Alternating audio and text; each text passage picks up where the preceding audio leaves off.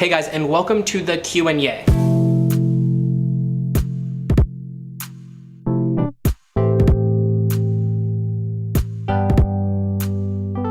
So I have my trusty laptop here and I am going to read questions that you guys left on my last video. Let's go. So yAyyy asks, what was your setup going to a boot camp? Did you use Mac or Windows? Anything you did before going in to prepare? And should I move to the Triangle for boot camp / Google Fiber? So as far as my setup for the boot camp, I used a 2012 MacBook Pro that I bought used for like 600 bucks because, you know, the program costs a lot of money and you had to have a Mac, and I didn't want to go out and spend over $1,000 on a computer that I wasn't sure if I was going to use afterwards. And it's actually still kicking. I mean, we still use it on a daily basis. So it was a good investment, I guess. But other than that, that was all I really needed. And the bootcamp Iron Yard specifically made us get Macs just to kind of have one clear path of teaching as opposed to trying to get people on Windows and Mac all at the same point. As far as preparing for the boot camp, they did give us pre-work that I didn't 100% finish, although I got through a lot of it. And to be fair, it really was just kind of a foundation that we torched past in the first week of being there. It was nice to be able to mess around with code beforehand to make sure that I liked it, but as far as preparing me for what was to come, it didn't do a whole lot of that. And the last bit of this question, moving to the Triangle for a boot camp and Google Fiber, with the Iron Yard closing down, it's not really going to be a thing anymore in the Triangle or anywhere for that matter. There is a boot camp at UNC, like the University of North Carolina at Chapel Hill. I really don't know much about that program. I don't want to give it a thumbs up and not really know anything about it. And Google Fiber seems to be good for people who have it, but it's not all throughout the Triangle yet. AT&T Fiber is just as fast from what I understand, and a lot of people from things that I've read in one of the Slack communities around here actually prefer AT&T Fiber, and there's some weird stuff going on with Google and their like fiber side of the business that I don't know that I fully understand, but maybe they're not expanded it anymore.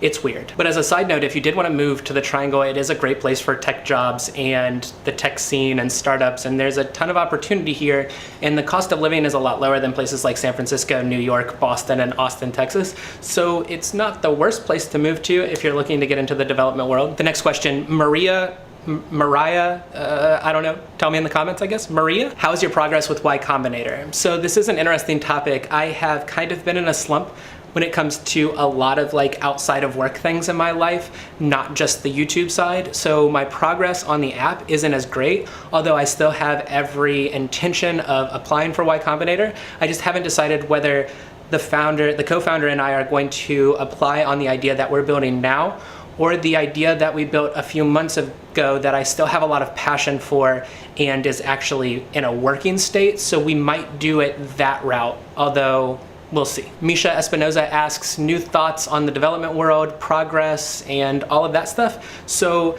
my thoughts on programming and development at this point, I'm just about a year in. Not a lot has changed when it comes to the good side of it, right?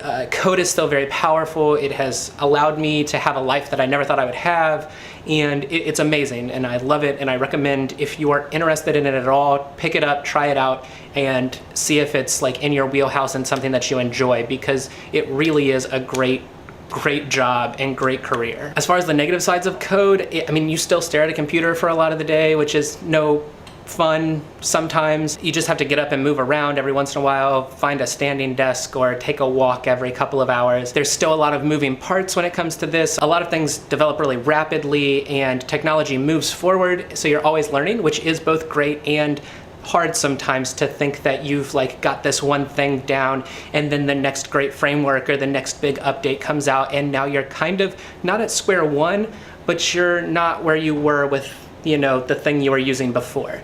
And that's disheartening sometimes, but it's also pretty awesome that you can constantly learn and evolve and move in different directions. So my man Brussels has asked for me to say a little bit about my trip to Denver, about places where I bike, and maybe do a bike vlog in the future. My trip to Denver was very interesting. I've never been to Denver before. I drove through it once on like this really long road trip, but never actually spent time in it. Denver's a great city. I just don't know that I would necessarily want to live there. I had a lot of fun, ate a lot of really awesome food, saw a lot of really awesome things. Me and my buddy went up a couple of mountains. We climbed a couple of 14ers while we were up there, and that was really cool and very hard to breathe and a lot of fun. I just don't know that I'd necessarily want to live there. A great trip. I'd spend a week there again on vacation. So I just realized that the glare on my glasses was really bad, and I kind of changed the angle. Sorry for that abrupt shift. And the glare is still pretty bad, but this is the best I can come up with right now. So Super Hazzle Dazzle asks, what is my daily responsibilities? What am I expected of at my job?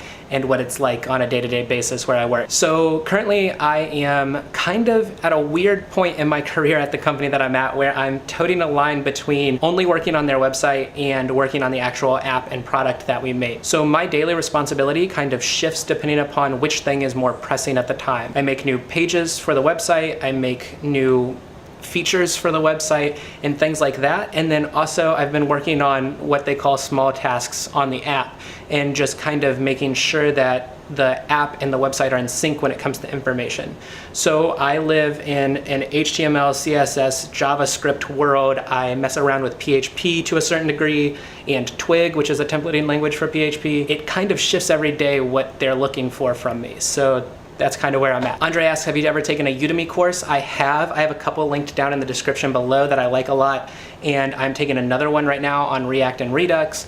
I love Udemy courses. I would read the reviews and try to get a sense of from the reviews what the teaching style is and if that meshes well with you. They also have a money back guarantee if it's not something that you're into after a while. But yeah, Leo's hopping on the table, so the camera's gonna shake. There it is. Oh, can you hear him? He's missed you too.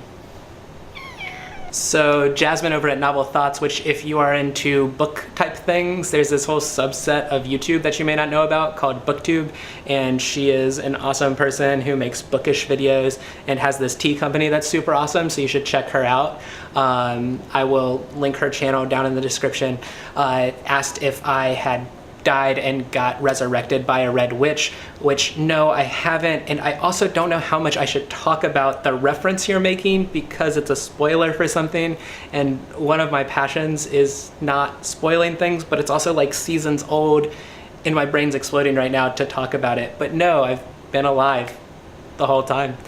I'm not the person who you're referencing. Kyle asks what projects I've been working on and what have I been learning recently. So I've been working on this React app with a Ruby on Rails backend. That is this idea that I have to kind of start up. And that's what I've been learning, React and Redux, trying to get into the nuts and bolts of it and really be able to harness its power to make this app really, really good. And that's pretty much it, other than the stuff that I have to learn on a daily basis with like PHP, which I know none of, but like come into problems with the way our website is managed. All right guys, so that's all the questions that I got. I really appreciate everybody coming back to my channel and watching the video and liking it and commenting, all of your support, especially the comments about the solar eclipse, which I don't know if you guys saw, but was super awesome. And I am really excited for the next one, which is going to be going through like where I'm from, and I'm totally going to plan a trip up there to see like totality, because in Raleigh we only got like 96-ish%, which was cool because it looked like twilight, like golden hour, but also it didn't get dark, which I was hoping for, but it was amazing. And if you have any cool eclipse stories, share them in the comments below. That's all for this video. If you like this, hit that thumbs up button because they're super awesome and they make me smile. As always, if you want to keep following along in the journey, hit the subscribe button. I haven't done this outro in so long and it just kind of came out and there was a little choppiness in there, but I think I got it. Have a good one. I'll see you soon. Bye.